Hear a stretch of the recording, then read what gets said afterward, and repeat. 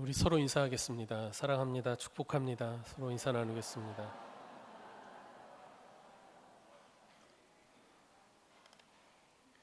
이 시간 주님의 은혜가 여러분에게 함께 하시기를 축원합니다. 지난 주일하고 같은 본문으로 말씀을 이어가려고 합니다. 먼저 옛날 얘기 하나 하겠습니다. 중국 진나라 때입니다. 진나라의 시황제, 우리가 진시황이라고 부르는 이 시황제에 의해서 조국을 잃은 한 20살 젊은이가 복수를 위해서 진시황을 이제 암살하려다가 실패했습니다. 황제의 수색령을 피해서 초나라 땅 합이라고 하는 곳으로 피신한 이 젊은이는 자기의 이름도 바꾸고 신분을 감춘 채 숨어 살았죠. 하루는 젊은이가 다리를 건너다가 한 노인과 마주쳤습니다. 노인이 이 젊은이를 유심히 보더니 자기 신발을 벗어 다리 아래로 던지고는 젊은이에게 주워오라 요구하는 겁니다. 젊은이는 당황했지만 나이 많은 어른이 시키는 일이라 싫은 내색하지 않고 신발을 주워왔습니다. 그러자 이번에는 노인이 자기 발을 내밀며 신겨달라 하는 겁니다. 젊은이는 군소리하지 않고 신발을 신겨주었어요. 그러자 노인은 젊은이에게 닷새 후 아침에 이곳에서 다시 만나자라고 하는 겁니다. 5일이 지나 약속 장소에 그 아침에 나가 보았더니 이미 와서 기다리고 있던 노인은 이 젊은이에게 야단을 칩니다. 어른보다 늦게 왔다고 혼을 내며 닷새 후에 다시 오라 하면서 가버렸습니다. 5일 후에는 젊은이가 미리 먼저 가려고 한밤중에 나갔습니다. 그런데 이번에도 노인은 먼저 와서 기다리다가 또 화를 내더니 다시 닷새 후에 만나자 하고는 가버렸습니다. 다시 5일 후 이번에는 젊은이가 아예 약속한 날 그 전날 저녁에 가서 기다리기로 했습니다. 다리에 가서 기다렸죠. 그러자 잠시 후에 도착한 노인이 일찍 나와 기다리던 이 젊은이를 칭찬해 줍니다. 그러면서 책 한 권을 건네주죠. 태공병법이라는 책이었습니다. 노인은 말합니다. 네가 이 책으로 열심히 공부하면 10년 후에는 네가 제왕의 스승이 될 수 있을 것이다. 이렇게 말해주고는 사라져버렸답니다. 그 후 노인이 준 이 병서를 열심히 공부한 젊은이는 이제 훗날 한나라를 건국하고 천하를 통일하는데 1등 공신이 됩니다. 바로 한고조 유방을 도와서 대업을 이루게 되는 장량이라고 하는 책사가 바로 그입니다. 우리가 흔히 장자방이라고 하는 사람이죠. 장량에게 태공병법이라는 책을 건네준 노인은 훗날 황석공이라는 신비한 인물로 여겨지게 되는데요. 그가 장량에게 다리 밑에 던진 신발을 주워오라고 요구하고 또 신겨달라고 하고 그리고 3번이나 약속을 어떻게 지키는지의 그 모습을 보면서 장량의 성품과 그의 가능성을 시험했던 것입니다. 과연 이 젊은이가 이 귀한 병서를 얻어서 공부하고 또 이것을 제대로 활용할 만한 인재인가, 자격이 되는지 시험해 보았던 것이죠. 창세기 22장에서 아브라함은 100세에 얻은 귀한 외아들을 제물로 바치라는 하나님의 명령을 받았을 때 그 명령에 순종하여 아들 이삭을 제물로 바치려고 했습니다. 물론 이 일은 하나님께서 아브라함을 시험해 보신 것이었죠. 실제로는 이삭 대신 제물로 바칠 양을 하나님께서 미리 준비해 두고 계시지 않았습니까? 아브라함이 하나님을 얼마나 사랑하고 신뢰하는지, 정말 이 아브라함이 믿음의 조상이 될 수 있는 그런 사람인지 하나님께서 그를 시험해 보신 것입니다. 아브라함은 그 시험을 통과했고 하나님은 그런 아브라함을 기뻐하셨죠. 그에게 큰 은혜와 놀라운 복을 약속해 주셨습니다. 시험이라고 하는 것은 힘들고 어렵습니다. 될 수 있으면 겪고 싶지 않은 것이지만 우리가 그것을 믿음으로 통과하고 이겨내면 우리에게 큰 유익이 되고 또 복이 될 수 있습니다. 시험은 이처럼 대상의 자격이나 능력이 적합한지를 측정하고 평가하는 테스트의 의미가 있습니다. 그러나 이와 달리 대상을 넘어뜨리거나 타락시켜서 잘못되게 하려는 악한 의도와 목적이 있는 시험도 있다고 했지요. 마귀의 유혹이 그런 것이죠. 성도를 유혹해서 죄를 짓게 하고 타락시키고 망하게 하려는 목적이 있습니다. 여러분, 우리가 이 세상에 사는 한 시험 당하지 않는 인생은 없을 것입니다. 믿음이 좋든지 부족하든지 시험 혹은 유혹을 겪기 마련입니다. 예수님도 시험을 당하셨는데 우리야 오죽하겠습니까? 시험과 유혹이 있냐 없냐의 문제보다는 사실은 거기에 우리가 어떻게 대응하느냐의 문제가 더 중요할 것입니다. 지난주일 설교 때 시험을 받으신 예수님이라는 제목으로 말씀을 드렸는데, 오늘은 시험을 이기신 예수님이라는 제목으로 말씀을 드리려고 합니다. 예수님께서 요단강에서 세례를 받으셨을 때 성령이 임하셨습니다. 예수님에게 성령이 충만히 임하셨어요.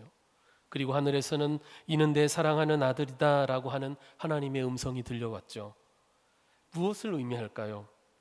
예수님이 이제 공생애를 시작하시기 전에 하나님의 아들이시다, 메시아이시다라고 하는 것을 확인받는 그런, 말하자면 하늘의 임명식이 있었던 거죠. 그 일이 있고 곧이어 예수님은 성령에 이끌려 광야에서 40일 동안 금식하셨습니다. 그리고 마귀로부터 3가지 시험을 받으셨어요. 마귀의 유혹이 있었습니다. 지난 시간 말씀드렸지만 이것은 마귀가 예수님을 넘어뜨리려고 하는 유혹이기도 하지만, 대관식 후에, 임명식 후에 예수님의 그 자격을 입증해내는 일종의 테스트이기도 했습니다. 첫 번째 시험은 이러했습니다. 40일 동안 금식해서 배가 고프신 예수님께 마귀가 그 예수님의 배고픔을 이용하여 유혹하게 되죠. 당신이 정말 하나님의 아들이라면 이 돌들을 떡으로 만들 수 있지 않느냐, 그렇게 해서 이 배고픔을 달래면 되지 않겠느냐, 이렇게 시험을 합니다. 그때 예수님은 신명기 8장 3절 말씀을 인용하면서 마귀의 유혹을 물리치셨습니다. 본문 4절 봅니다. 예수께서 대답하시되 기록된 바 사람이 떡으로만 살 것이 아니라 하였느니라.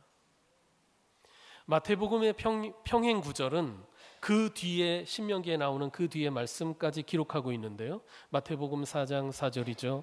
사람이 떡으로만 살 것이 아니요 하나님의 입으로부터 나오는 모든 말씀으로 살 것이라 하였느니라.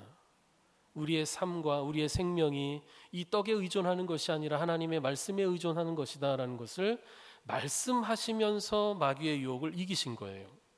두 번째 시험은 마귀가 예수님을 높이 끌고 올라가서 천하 만국을 보여주며 예수님이 자기에게 절하면 이 천하의 모든 권위, 권세, 영광을 예수님께 주겠다고 유혹한 것입니다. 여러분, 세상 권세를 잡고 있는 이 사단이 예수님께 자기의 권세와 영광을 주겠다고 하는 것이 무엇을 의미하겠습니까? 예수님이 이 땅에 오신 목적을 생각해 보세요. 예수님께서 사단의 권세 아래에 있는 죄인들을 구원하시기 위해 이 땅에 오셔서 십자가를 지셔야 하는데, 이 세상의 권세를 예수님께 주겠다는 것은 바로 그 권세 아래에 있는 죄인들을 구원하시기 위해 십자가에서 값을 치르지 않으셔도 된다라는 것을 의미하지 않겠습니까? 그것은 곧 십자가의 고난과 죽음을 겪지 않고도 예수님의 목적을 이룰 수 있다라고 하는 유혹인 거죠. 말하자면 손쉬운 방법, 편한 길, 고통이 없는 길을 약속하면서 유혹하고 있습니다.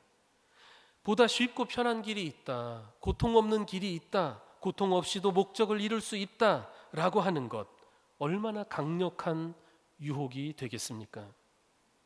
이처럼 자기에게 절하면 그런 고통 없는 길을 보장받을 수 있다는 마귀의 유혹에 대해 예수님은 어떻게 대응하셨습니까?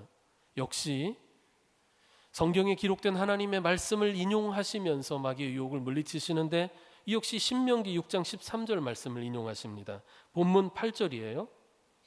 예수께서 대답하여 이르시되 기록된 바 주 너희 하나님께 경배하고 다만 그를 섬기라 하였느니라.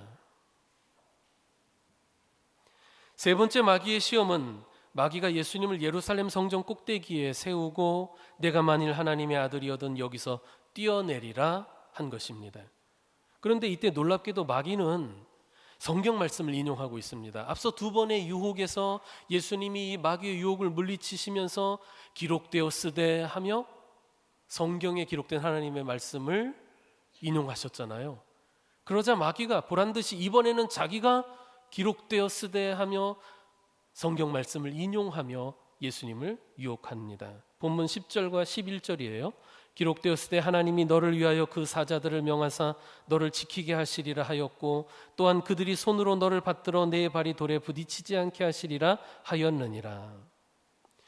여기 마귀가 지금 인용하고 있는 성경은 시편 91편의 말씀인데요. 이 말씀은 사실은 어떤 내용이냐 하면 하나님께서 당신의 택한 백성들을 어떤 상황에서도 보호하실 것이다 라고 하는 그 하나님의 보호하심과 하나님의 능력을 찬양하고 있는 구절이에요. 그런데 마귀는 이 말씀의 진짜 의미를 비틀어서 예수님에게 무모하고 충동적인 행위를 해보라는 겁니다. 하나님이 보호해 주실 테니. 마치 그 충동적인 행위가 믿음의 행위인 것처럼 포장해서 부추기고 있는 거죠. 높은 곳에서 뛰어내리라는 그 무모하고 충동적인 행동. 그러면 하나님이 보호해 주시지 않겠느냐. 마치 하나님을 믿으면 그렇게 해야 너의 믿음이 입증되는 것 아니겠느냐라고 하는 거죠. 말씀을 믿는다면 해보라는 거예요.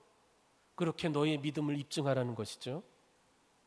사실 이것은 진짜 믿음을 입증하라는 것이 아니라 내 믿음이 좋다라고 하는, 믿음이 좋다는 평가를 받고 그것을 과시하고 싶어하는 인간의 그 종교적 욕망을 자극하는 유혹이라고 할 수 있을 겁니다.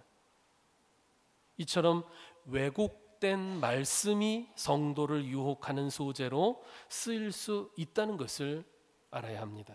마치 그것이 하나님의 일인 것처럼 위장하여 성도가 행하도록 유혹하는 거죠. 성경 말씀을 왜곡해서 성도를 잘못된 길로 인도하는 것은 오늘날도 많은 이단 사이비들이 시도하는 일 아니겠습니까? 믿음이 아닌데 믿음이라는 이름으로 사실은 마귀의 일인데 마치 하나님이 원하시는 일인 것처럼, 순종이 아닌데, 말씀 순종이 아닌데 마치 말씀대로 행하는 일인 것처럼 위장하고 미혹시키는 거죠. 그런데 그렇게 하는 것은 결국 하나님을 시험하는 것과 같습니다. 왜냐하면 하나님의 뜻이 아닌데 마치 하나님의 뜻대로 행하니 하나님 책임지시오. 이와 같은 태도인 것이거든요. 하나님을 시험하는 거죠. 하나님 이렇게 말씀하셨죠? 내가 이대로 행할 테니 책임지세요. 하나님을 시험하는 거예요. 그래서 예수님은 이번에도 성경 말씀을 인용하시면서 마귀를 물리치시는데 바로 신명기 6장 16절 말씀을 인용하시며 하나님을 시험하지 말라고 하셨습니다. 본문 12절 보십시다. 예수께서 대답하여 이르시되 주 너의 하나님을 시험하지 말라 하였느니라.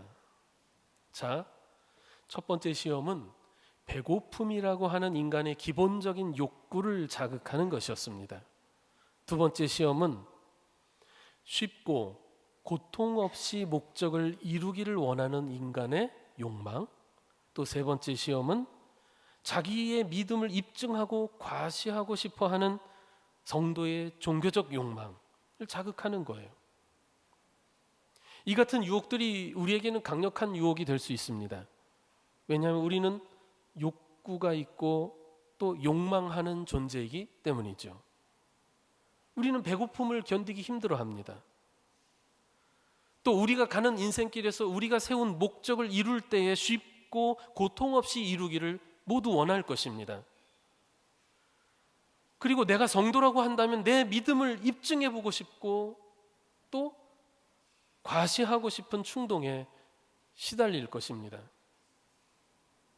그런데 우리는 본문에서 예수님이 마귀의 유혹을 물리치시는 모습을 통해 우리가 이 마귀의 시험에 어떻게 대응해야 되는지, 어떻게 물리치어야 하는지를 배우게 되는 것이죠.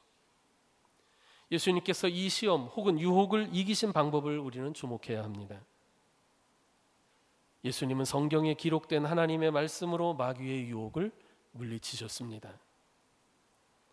하나님의 말씀은 시험을 이기는 방법이자 또 마귀의 유혹과 도전을 물리치는 효과적인 무기인 것입니다. 자, 사도 바울이 말씀했던 에베소서 6장에 나오는 하나님의 전신갑주에 대해서 생각해 봅시다. 사도 바울은 성도들에게 하나님의 전신갑주를 입으라고 권면했습니다. 에베소서 6장 11절에 보면 마귀의 간계를 능히 대적하기 위하여 무엇을 입으라? 하나님의 전신갑주를 입으라. 영적인 싸움을 하기 위해서 영적으로 무장하라는 거예요. 성도는 그리스도의 군사이지 않습니까? 군사는 싸우는 사람이요, 싸움의 대상이 있겠죠. 누구와 싸우는 것입니까? 혈과 육을 지닌 우리의 눈에 보이는 대상과 싸우는 것이 아닙니다. 세상 권세를 잡고 있는 영적인 세력, 사탄의 세력과 싸우는 것입니다. 싸우는 대상을 잘 알아야 됩니다. 여러분끼리 싸우지 마십시오. 영적인 세력과 싸우는 거예요. 에베소서 6장 12절, 바로 그 싸움의 대상에 대해 이렇게 말씀하지 않습니까? 우리 다 같이 읽어보겠습니다. 시작.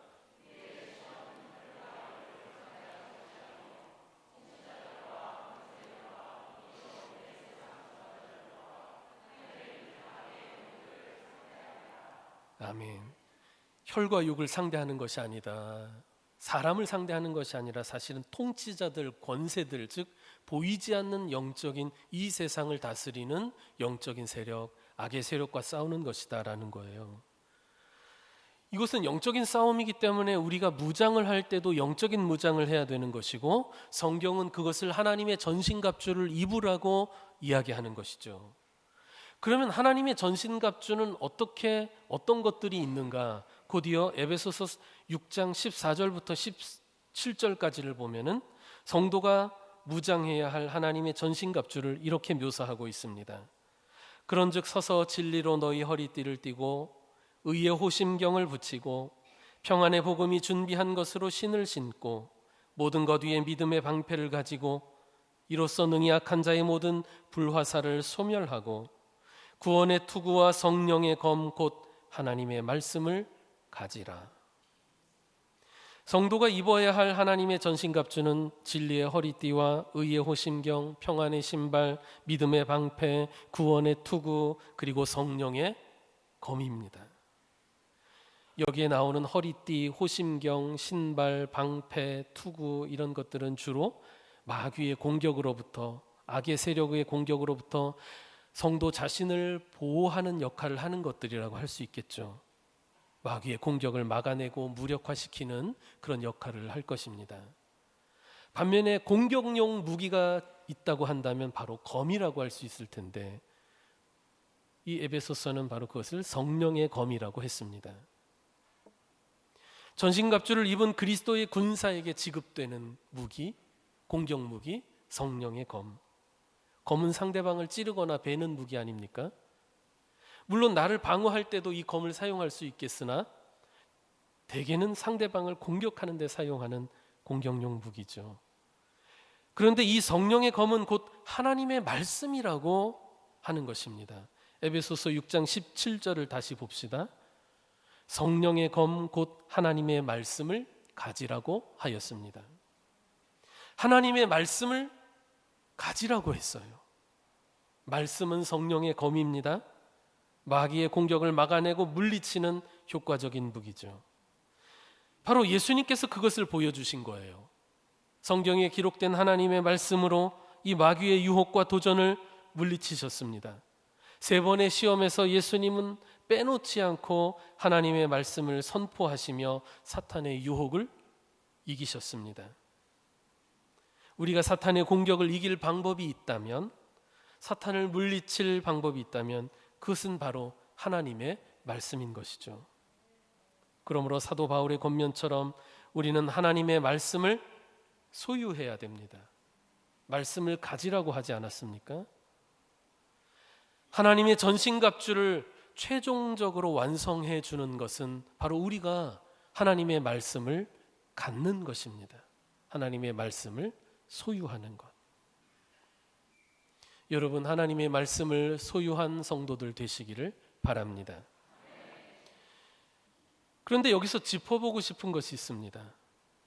자, 예수님이 하나님의 말씀으로 마귀의 시험 혹은 유혹을 이기셨는데, 그렇게 하실 때에 유혹의 직접적 대상이 되었던 인간으로서의 욕망, 인간으로서의 바람, 이런 것들은 어떻게 처리되었을까요? 그러니까 예수님이 인간으로서 가질 수 있었던, 가지고 계셨던 그 바람들, 욕망, 어떻게 처리된 것일까요? 말씀으로 시험을 이기셨어요. 예수님의 그 배고픔이 해결되었나요? 또 인간이라면 바랐을 쉽고 고통 없는 그 길을 통해 목적을 이루는 고통 없는 길을 얻을 수 있었습니까? 과연 하나님의 아들로서의 그 믿음을 입증하고 자신을 과시할 수 있었습니까? 그렇지가 않죠. 그렇지가 않습니다. 하나님의 말씀으로 마귀를 이기시고 물리치셨는데 결국 보면은 하나님의 말씀으로 인간이 가질 수 있는 그런 욕망을 제압하신 것이라고 이야기할 수 있는 거예요. 말씀 아래 인간 예수의 욕망과 바람을 복종시키신 것이죠.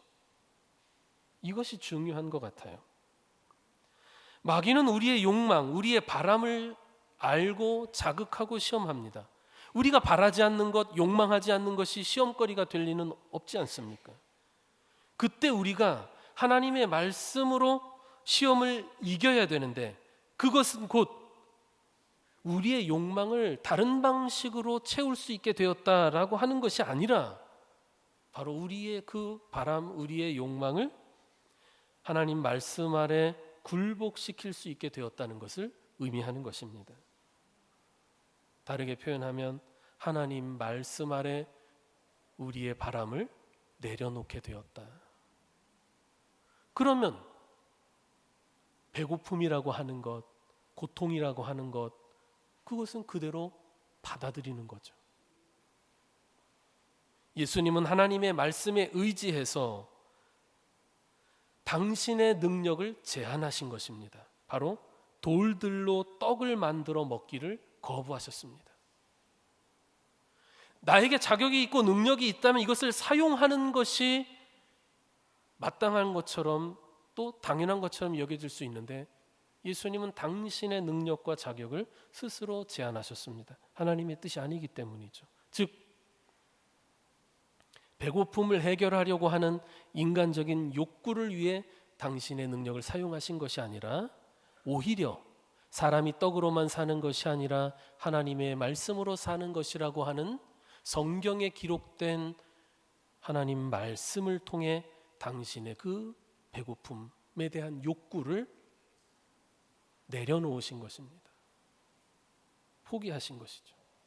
쉽고 편한 길을 가고 싶어하는 인간의 바람을 하나님을 경배해야 한다, 하나님만을 경배해야 한다는 말씀 아래로 복종시키셨어요. 또 자신을 입증하고 싶어하는 종교적 욕망을 하나님을 시험하지 말라는 말씀 아래로 내려놓으셨습니다. 그러므로 여러분, 우리가 하나님 말씀으로 시험 혹은 유혹을 이겨야 한다는 얘기는 결국 우리가 가지고 있는 이 욕망, 욕구, 우리의 바람, 소원 이런 것들을 하나님의 말씀 아래 내려놓고 혹은 복종시키고 묶어두고 할 수 있어야 된다. 그거를 의미하는 거예요. 우리가 그렇게 할 수 있도록 우리 안에서 도우시는 분이 성령님이죠. 하나님은 우리의 욕망을 이루는 도구가 아닙니다. 오히려 하나님은 성령을 통해 우리가 하나님의 말씀 아래로 우리의 욕망을 가두기를 원하실 때가 있습니다. 제한하기를 원하십니다. 성령은 우리 안에서 하나님의 말씀이 효력 있도록 역사하시고 말씀으로 우리의 욕망을 제어할 수 있도록 우리를 도우시는 분이에요. 무지하고 고집스러운 욕망 덩어리 같은 우리가 하나님의 말씀을 믿고 이해하고 깨닫고 또 받아들이고 그것을 따르고 의지할 수 있게 되는 것은 모두가 성령의 역사와 도우심 때문이죠. 요한복음 14장 26절에서 주님이 말씀하셨어요. 보혜사 곧 아버지께서 내 이름으로 보내실 성령 그가 너희에게 모든 것을 가르치고 내가 너희에게 말한 모든 것을 생각나게 하리라. 우리가 어떤 시험의 시점에 딱 다다랐을 때, 유혹이 닥쳐올 때 우리에게 하나님의 말씀이 생각나게 하시고 우리가 그 말씀을 따라갈 수 있도록 우리에게 지도하시고 힘주시는 분이 성령님이시라는 거죠. 그래서 성령이 아니고서는 우리가 하나님의 말씀을 믿을 수도 또 따를 수도 없는 거예요. 사도 바울이 하나님의 말씀을 곧 성령의 검이라고 한 이유가 그런 것 아니겠습니까? 오늘 본문에서도 마귀의 유혹을 이기신 예수님이 성령으로 충만했었다는 것을 전제하고 있습니다. 본문 1절에 마귀의 유혹이 있기 전 예수님은 성령으로 충만하셨던 것을 말씀하고 있죠. 또 시험이 끝나고 난 다음인 14절 말씀에도 보면 예수님께서 성령의 능력으로 갈릴리에 돌아가셨다라고 말씀하고 있습니다. 즉 예수님은 이 당시 성령으로 충만했다는 거예요. 그러니까 성령으로 충만하셔서 하나님의 말씀을 통해 당신의 인간적인 욕망을 그 말씀 아래 제어하셨다, 복종시키셨다라고 표현할 수 있을 것입니다. 우리 또한 그렇습니다. 성령으로 충만해야 하나님의 말씀으로 마귀를 물리칠 수 있겠죠. 성령으로 충만해야 우리의 그 불같은 욕망과 바람들을 하나님 말씀 아래 길들이고 붙들어맬 수 있을 것입니다. 맹수와 같아요. 길들여져야죠. 말씀 아래. 성령 충만하면 시험을 안 당한다는 것이 아닙니다. 시험을 이겨낼 수 있다는 것이죠. 견뎌낼 수 있다는 것입니다. 고통을. 영국 웨스트민스터 채플의 유명한 설교자였던 캠벨 몰간 목사님이 이런 말을 한 적이 있어요. 성도가 사탄의 시험을 이길 수 있는 유일한 방법은 성령을 의지할 때다.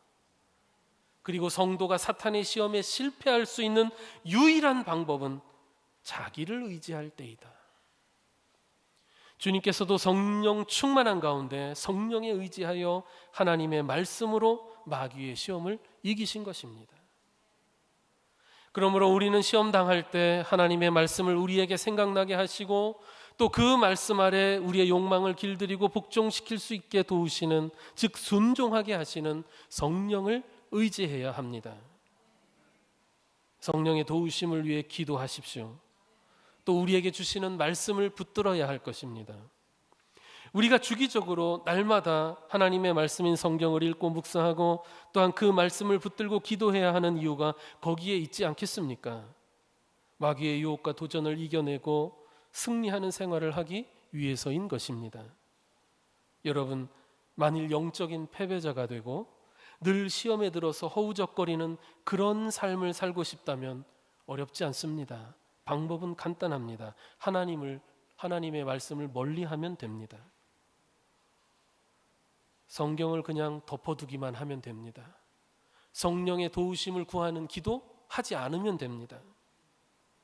그러나 승리하는 성도의 삶을 살고자 한다면 악한 세상과 마귀가 감당하지 못하는 하나님의 사람으로 살기를 원한다면 우리는 성령의 검, 곧 하나님의 말씀을 가져야 합니다. 또 우리 안에서 역사하시는 성령의 도우심을 구하는, 기도하는 사람이 되어야만 할 것입니다. 하나님의 말씀을 가진 성도 여러분 되시기를 축원합니다. 지난 주간 지방교역자 수련회가 속초에서 있었습니다. 속초 밑에 1시간만 가면 강릉이 있죠. 강릉에도 가보았습니다. 강릉 가는 길에 양양을 거쳐 강릉으로 가는데 그 도로에 소방차들이 굉장히 많이 지나다녔습니다. 불을 끌어 다니는 것이 아니라 강릉에 물이 없어 고통당하는 그 강릉에 물을 공급해 주기 위해서 양양에서 물을 길어 이제 강릉에 공급해 주러 소방차들이 다니더라고요. 얼핏 보니까 강원도의 소방차가 아니라 서울이었던 것 같아요. 다른 지역 소방차들도 보이더라고요. 여러분, 속초와 강릉은 1시간 거리예요. 태백산맥 동쪽에 해변가 있지 않습니까? 강수량도 비슷해요. 그런데 속초에는 전혀 물 부족 현상이 없었습니다. 속초에는 엄청난 크기의 지하 저수지가 이미 건설되어 있었거든요. 거기 많은 물을 저장해 두고 있기 때문이에요. 반면에 강릉은 속초처럼 그렇게 지하 저수지를 준비하지 못했던 거예요. 이런 생각을 해보았습니다. 우리가 마음에 하나님의 말씀을 가진다라고 하는 것은 바로 우리 안에 지하 저수지를 만들고 그 안에 물을 저장해 두는 것과 같다는 생각이 들었습니다.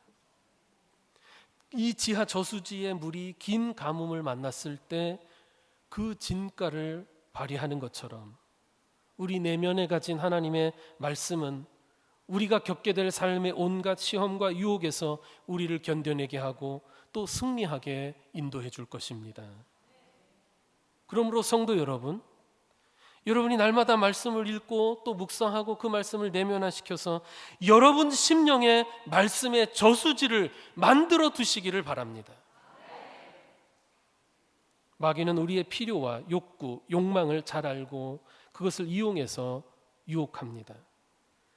우리에게 손쉽고 고통 없는 길을 제시하며 유혹하고 때로는 믿음의 행위인 것처럼 포장해서 우리의 종교적 욕망을 자극하기도 합니다. 너 자신을 입증해 보라고 요구하기도 합니다. 이 같은 마귀의 간교한 유혹과 도전을 이기고 승리하는 비결을 예수님께서 보여주신 거예요. 성령으로 충만하신 예수님께서 하나님의 말씀으로 마귀의 유혹을 이기신 것이죠. 사도 바울도 에베소서에서 하나님의 전신갑주를 입으라고 권면할 때 성령의 검 곧 하나님의 말씀을 가지라고 했듯이 바로 우리는 성령의 인도하심을 따라 하나님의 말씀으로 무장해야 하는 그리스도의 군사들입니다. 하나님 말씀을 마음에 품고 삶에 닥쳐오는 온갖 시험과 유혹, 마귀의 도전을 이겨내는 감남교회 성도 여러분 되시기를 주의 이름으로 축원합니다. 우리 주님의 은혜가 성도 여러분 삶 가운데 가득하시기를 다시 한번 축원합니다. 기도합시다. 거룩하신 하나님, 우리의 경배와 찬양을 받으시옵소서. 예수님께서 성경에 기록된 하나님의 말씀으로 마귀의 유혹을 이기신 것처럼 우리도 주의 말씀에 의지하여 삶의 모든 시험을 이겨낼 수 있게 하옵소서. 주님, 우리 마음의 말씀을 허락해 주시고 그 말씀이 내면화되고 또 성령의 역사를 통해 삶의 능력으로 나타날 수 있도록 우리를 성령으로 충만케 하옵소서. 자기 자신을 의지하다가 넘어지지 않게 하시며 말씀에 의지하는 믿음의 사람 되도록 주님 우리를 인도해 주옵소서. 예수님의 이름으로 기도드리옵나이다. 아멘.